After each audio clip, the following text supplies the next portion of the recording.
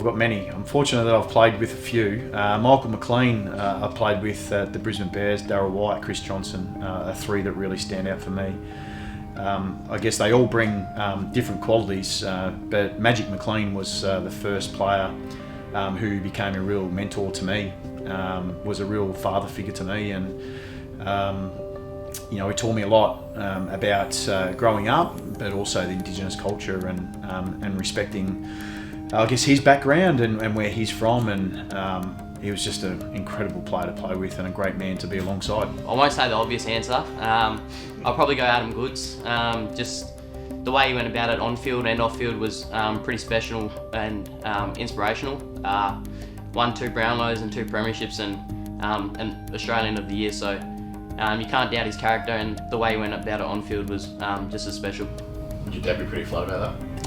Nah, he knows he's my favourite, so yeah, he'd be alright. I'll go one I grew up loving when I was a kid was David Wierapundo. Yeah, I loved him. He used to rip out a talk from full back, so when he used to go to the footy at Subi, we used to always just pray that he used to rip out the talk, but he used to do his one-handed pickups and he was so clean on both sides of his body, so yeah, he was pretty cool to watch. Yeah, my favourite player, it would be Eddie Betts. I got to play alongside him, have a year under him, and just to meet him outside of football and get to know him as a person was really special. And yeah, genuine human, even better footballer. Can't go wrong. I think earlier on it was David Wierapundo for the Eagles, and then maybe in my playing days probably Eddie Betts. He's a very special player. We've had a lot of talented Indigenous players at Carlton, especially over the years. Obviously, you got to play with Andrew Walker and Eddie Betts, but I guess I can be slightly biased and a bit of a soft decision here, but just the respect that I have for Jonesy. He turned his career around, turned his life around, and became one of the best key defenders in the game. Probably got 2, and they both played for the Swans, so Mickey O and Adam Goods. They were sort of, I looked up to them growing up, and then when I moved to Sydney, I was fortunate enough to meet them.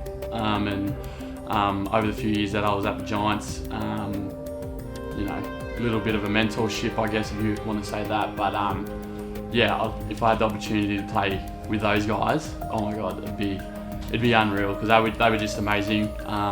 They won a premiership, or I don't know how many they've won exactly. One, is it? Yeah, they've won one together. Yeah, and Goodsy too. So if I could choose to play with anyone, it'd be those two. I think Michael Long. He jumps out at me straight away, just the way that he played and the type of teammate he is, and I guess if anything, even more about his presence within the community even after he's played, and he had his own struggles in this space, and to see how he's handled that and then really sort of stood at the forefront of that and forefront of change, and what he's done since has just been hugely impressive.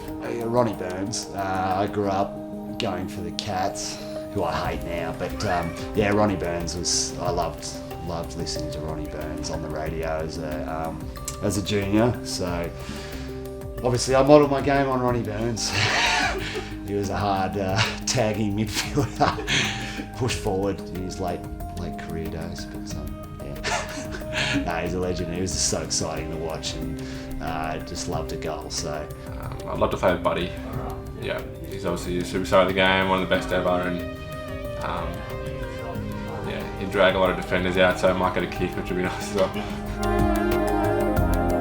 I think some of the memories, just playing against the other Indigenous boys from the other teams that we're playing against during that round, so, and also the Guernsey and going at it on the weekend and wearing that with pride. So one of my favourite memories was a few years back when I played for the Giants. Little Bobby Hill designed the jumper, and had myself, Jeremy Finlayson, and his totem on the front, and had a story on the back of the jumper as well. So the fact that I had someone close to me, little Bobby Hill, I was really close with him. So the fact we got to wear his design on our jumpers, and I had my totem on there as well, and yeah, it was quite a special moment for me. Seeing all the jumpers that come out is, even my mates that aren't Indigenous people, they all love them, and it's pretty special. I remember last year I got privileged enough to design my school Indigenous jumper, and it's fun in the process, and when it comes out, it's really awesome to be able to tell a story and express that with the rest of the country.